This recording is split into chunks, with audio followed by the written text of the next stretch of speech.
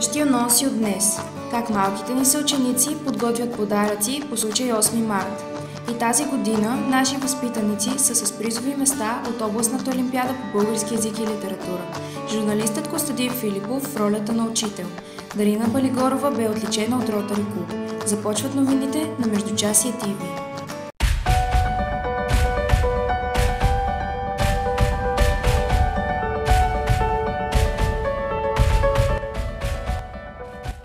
Вие сте с новините на Междучасие ТВ.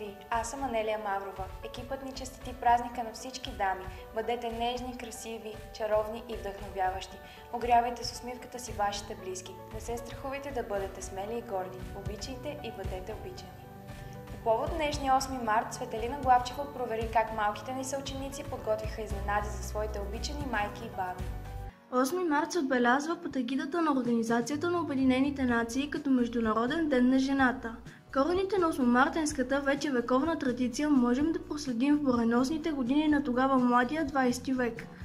На този ден по улиците навсякъде цари оживление, има много жени с букети цветя. Учениците от втория клас също решиха да изненадат своите майки. Учениците от втория клас са готови да покажат творческите си умения, като нарисуват портрет специално за своите майки. Какъв празник е 8 март? 8 март е ден на майката. Какво ще пожелаете на своите майки и баби? Пожелавам на мама здраве, късмет и да я слушам повече.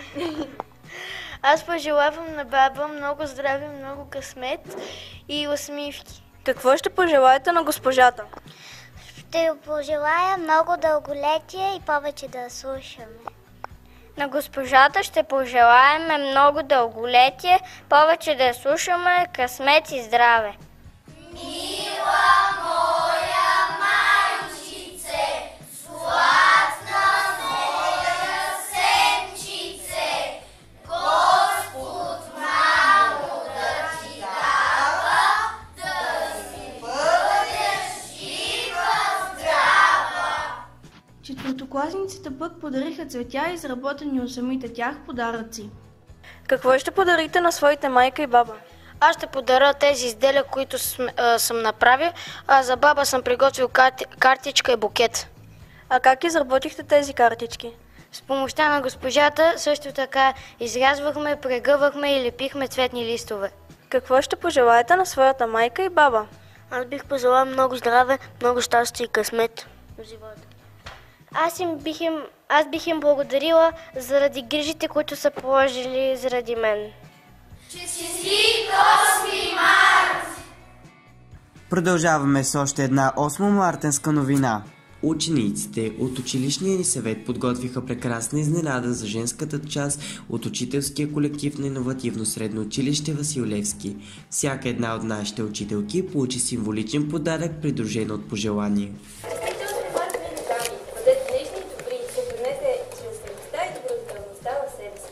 Обичайте и бъдете обичани. Ученическият съвет ви пожелал весел празник. Прекрасният жест е по инициатива на педагогическия ни съветник госпожа Цветанка Грозева. Надяваме се това да се превърне в традиция за всеки 8 март. Традиционно и тази година наши възпитаници са с призови места от областната олимпиада по български език и литература. Провела се в Пазарджик. Светослав Лазаров, Режиде Дурлова и Йоана Янкова са сред най-добрите в своята възрастова група. Високи резултати постигнаха 11-класничката Режиде Дурлова и Йоана Янкова от 12-ти клас.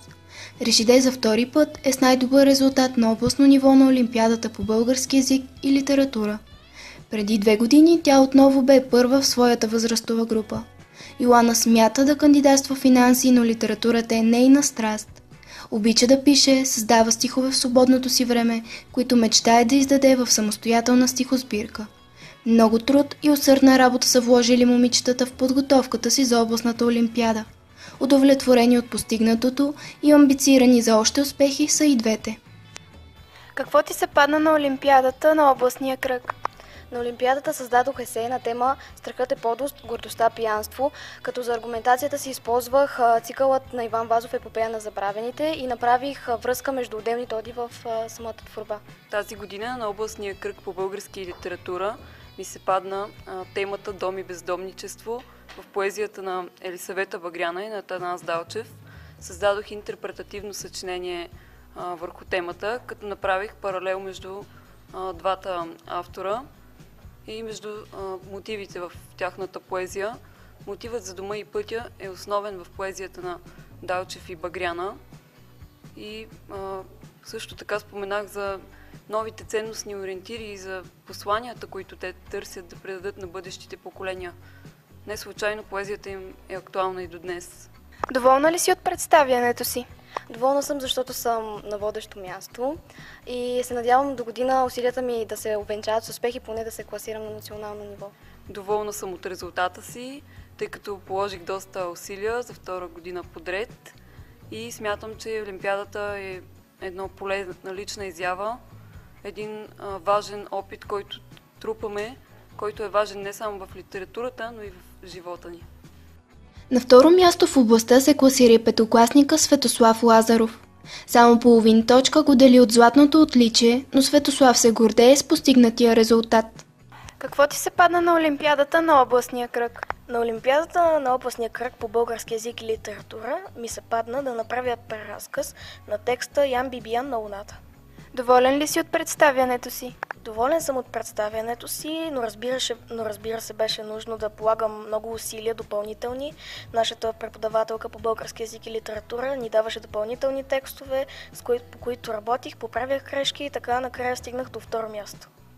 Съществуването на тази, както впрочем и на всички подобни олимпиади, е необходимо и плодотворно, защото е начин за откриване и насърчаване на способни в дадена област ученици, а те са най-ценният ни национален капитал. Това дава на обществото ни иновативно средно училище Васил Левски в Велинград, можещи конкурентно способни млади хора. За новините на Междучасие ТВ, Иляна Гошевилова.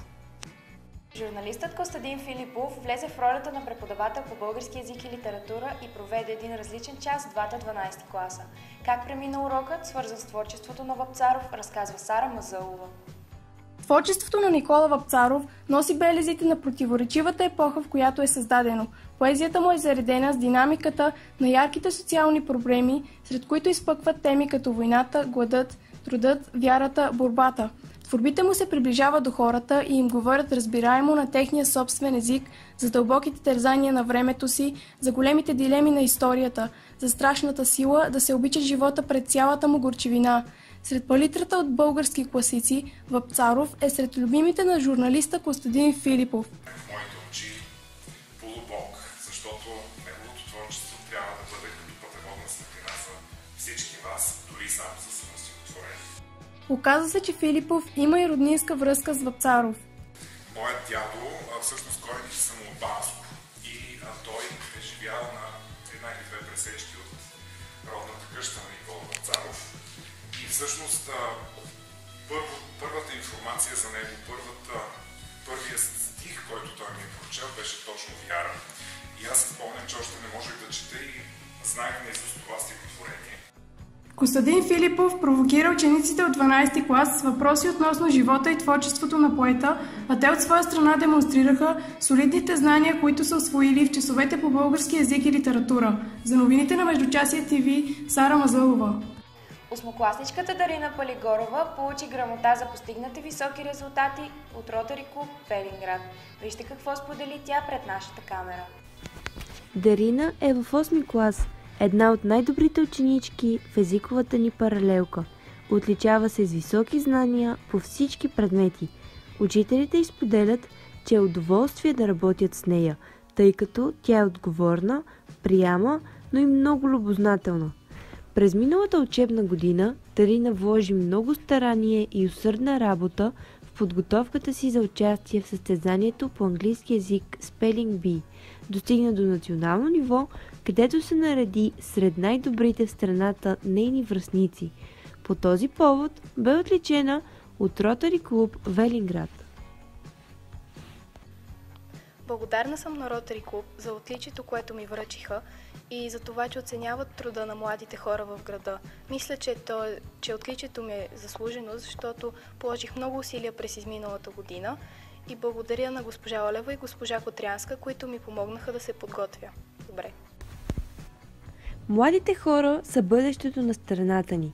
Дарина определено ще се реализира като водеща личност.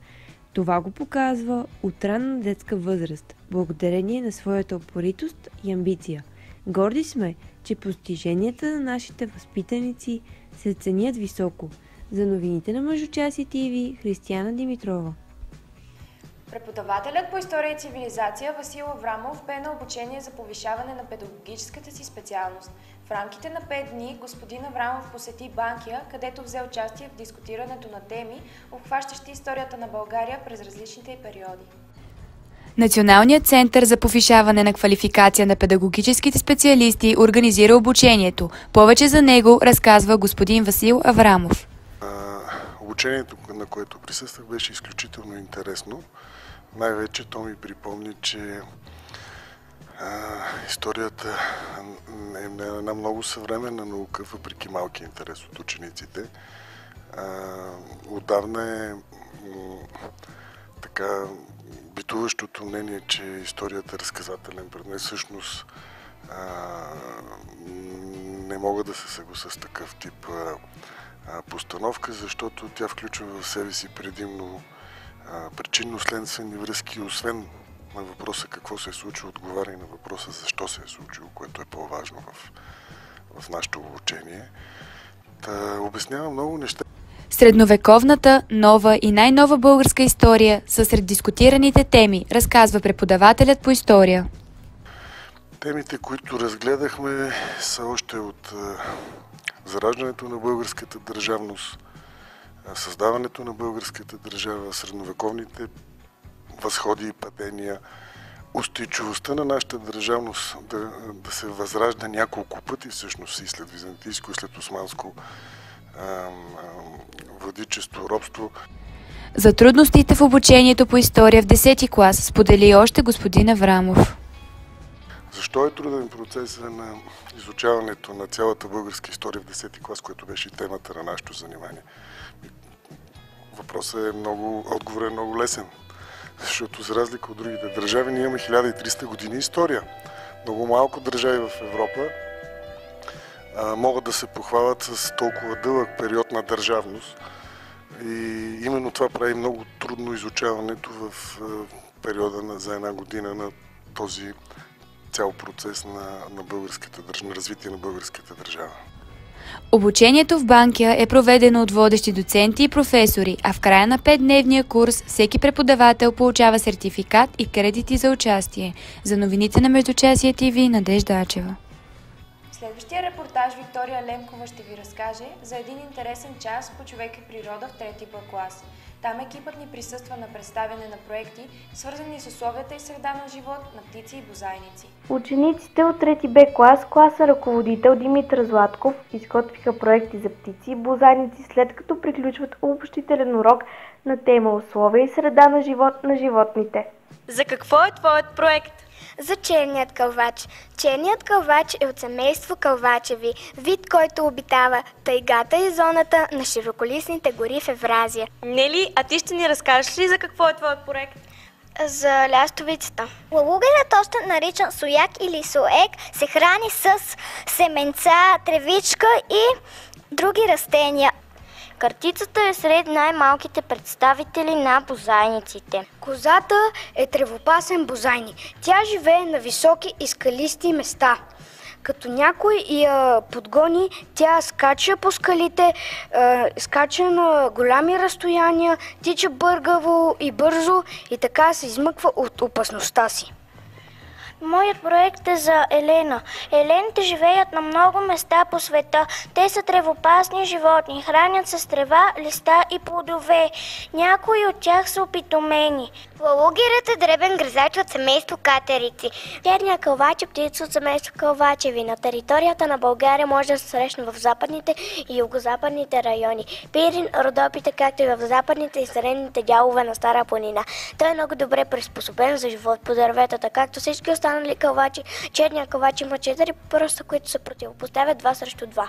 Те са снабдени с здрави ногти Чрез тях той се захваща за дървесната кора и се опира на своята опашка. Инициативата за проектите дошла от самите ученици, разказва класният им ръководител. От кого дойде инициативата за тези проекти, господин Златков? Виктория, идеята на тези уроци и отговора за как живеят животните, условията на живот, средата на живот дойде от самите ученици. От предходните теми те настояваха: господине, нека да си изработим някакъв проект. Темата, която сега настъпи, беше много благодатна за изработване на проекти. Децата проявиха самоинициатива, много старание и се получиха проекти, които, освен че са научно обосновани, много добре и естетически много сдържани, за което благодаря на всички ученици, взели участие в изработването на проектите. Желаем успех и за бъдещата ни работа. Интерес и любознателност третокласниците използват и допълнителна литература, освен тази в учебник, за да добие проектът им по-съвършен вид. Употребяват и природни материали, като птичи пера, за да допринесат реален вид на изображенията. За новините на Междучасие ТВ, Виктория Лемкова. С това емисията ни завършва. Желаем ви една щастлива, слънчева нова седмица.